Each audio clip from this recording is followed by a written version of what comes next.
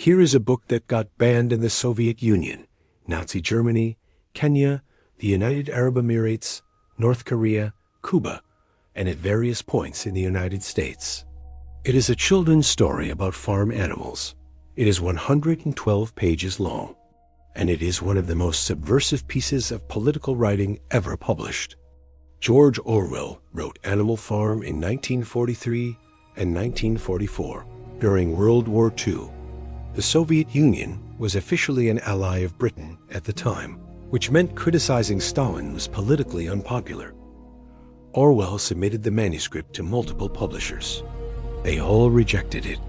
One publisher told him it was impossible to sell animal stories in the USA. Another said it would offend the Russians. Orwell eventually found a small publisher willing to take the risk. The book came out in 1945, sold out immediately, and has never been out of print since. Animal Farm is an allegory of the Russian Revolution and the rise of Stalinism, but calling it just a historical allegory undersells it. The book is a blueprint for how every revolution gets hijacked, how idealism turns into tyranny, how language gets weaponized, how power corrupts, and how people who should know better end up enabling the very things they set out to destroy. It is short enough to read in one sitting, and it will ruin your ability to watch political movements with innocent eyes ever again. If you are interested in books that show you how power actually works, subscribe to SnapOldWisdom. We break down the philosophy and literature that matter. Subscribe now, and let us get into why this farm story terrifies governments. The story begins on Manor Farm, where the animals are mistreated and overworked by the drunken farmer Mr. Jones. An old pig named Old Major gives a speech calling for rebellion. He teaches the animals a song called Beasts of England, which becomes their revolutionary anthem. Old Major dies, but the younger pigs take up his vision. They organize a revolt, drive the humans off the farm, and rename it Animal Farm. The core principles of the revolution are simple. All animals are equal. No animal shall oppress another, and they will build a society free from human exploitation. This maps directly onto the Russian Revolution. Old Major is a stand-in for Karl Marx and Lenin. Mr. Jones represents the Russian Tsar. The animals represent the working class rising up against their oppressors. And the song Beasts of England is the revolutionary fervor that drives people to risk everything for a better world. So far, this is the heroic part of the story. The problem is what happens next. After the revolution succeeds, two pigs emerge as leaders, Snowball and Napoleon. Snowball is intelligent, passionate, and genuinely believes in the ideals of animalism. He wants to build a windmill to generate electricity and improve everyone's lives. Napoleon is quieter, more calculating, and more interested in consolidating power. He raises a pack of dogs in secret, trains them to be loyal only to him, and then uses them to chase Snowball off the farm. Napoleon takes control and declares Snowball a traitor who was working with the humans all along. Napoleon is Joseph Stalin. Snowball is Leon Trotsky. The rivalry between them and Snowball's eventual exile mirrors exactly what happened in Soviet Russia.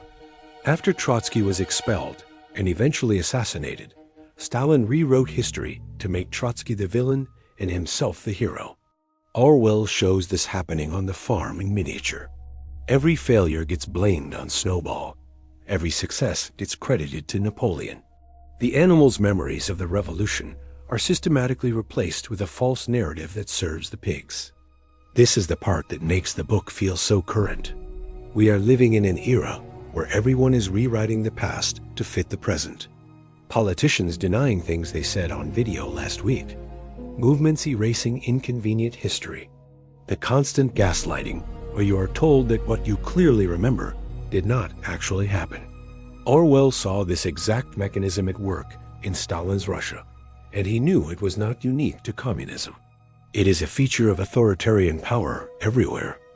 One of the most important characters is Squealer, a small fat pig who serves as Napoleon's propagandist. Squealer is brilliant at spin. Whenever the pigs take more food, or change the rules, or do something that contradicts the principles of animalism, Squealer explains it away. He uses statistics that cannot be verified, appeals to fear, and twists language until the animals can no longer trust their own perceptions. By the end, the animals are worse off than they were under Mr. Jones, but Squealer convinces them they are living in paradise. Squealer is the propagandist who makes tyranny palatable.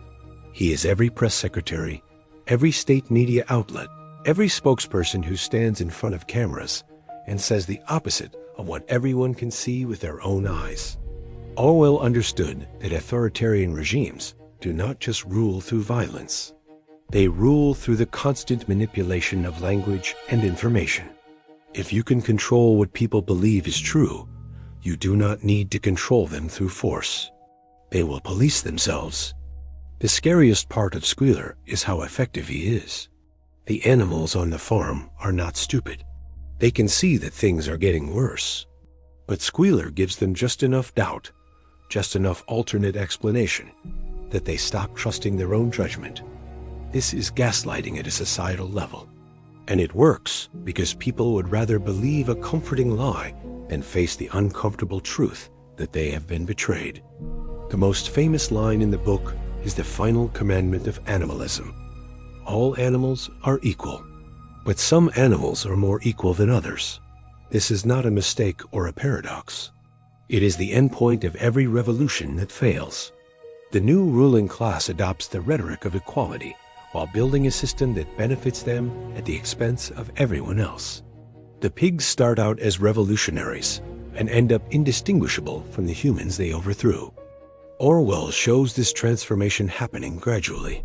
First, the pigs take the milk and apples because they need extra nutrition for brain work. Then they move into the farmhouse because they need a quiet place to do administrative tasks. Then they start sleeping in beds, which was explicitly forbidden. But when the other animals check the commandment, it now reads, "No animal shall sleep in a bed with sheets." The pigs have changed the rules, and most of the animals do not even remember what the original rules were. This is how power entrenches itself, not all at once, but through 1,000 small compromises and justifications. Each step seems reasonable in isolation, but by the time you look up and realize the entire system has changed, it is too late to go back. One of the saddest characters in the book is Boxer, a massive cart horse who embodies the working class. Boxer is strong, loyal, and not particularly bright. His two mottos are "I will work harder," and Napoleon is always right. He believes completely in the revolution and trusts the pigs without question. When things go wrong, Boxer just works harder. He literally works himself to death.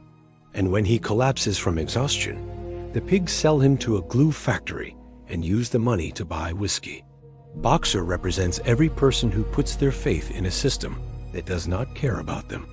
He is the true believer who assumes that if he just works hard enough, the revolution will reward him. But the revolution does not reward loyalty. It consumes it. The people who sacrifice the most for a cause are the ones most likely to be betrayed by it, because their loyalty makes them useful and their trust makes them exploitable. The windmill becomes a central symbol. Snowball originally proposes building it to generate electricity and make life easier.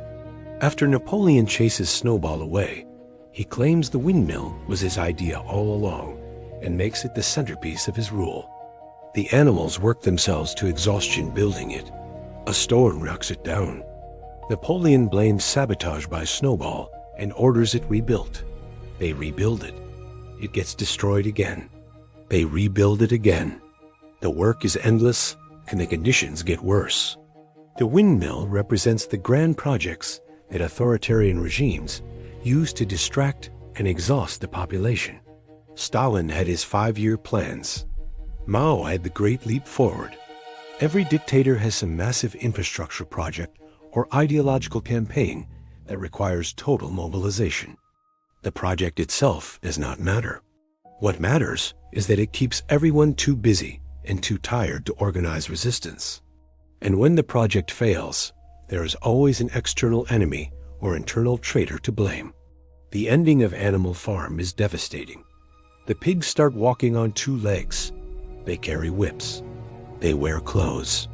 They invite the human farmers over for a card game. The other animals look through the farmhouse window at the pigs and the humans sitting together, and they can no longer tell which is which. The revolution has come full circle. The oppressed have become the oppressors. Nothing has actually changed except the faces of those in power. This is Orwell's ultimate point.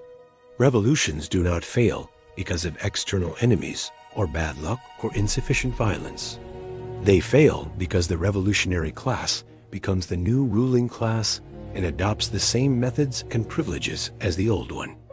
The structures of power seduce and corrupt even the most committed idealists. Unless there are mechanisms to prevent the concentration of power, every revolution will betray its own ideals. Animal Farm is not an argument against change. It is an argument about how easily change goes wrong. Here is what you do with this book. First, pay attention to the gap between rhetoric and reality. When a movement or leader claims to be fighting for equality or justice, look at what they actually do. Do their actions match their words? Who benefits from their policies? Who gets silenced? The pigs talked about equality while hoarding the apples. If you see that pattern, you are watching the pigs take over.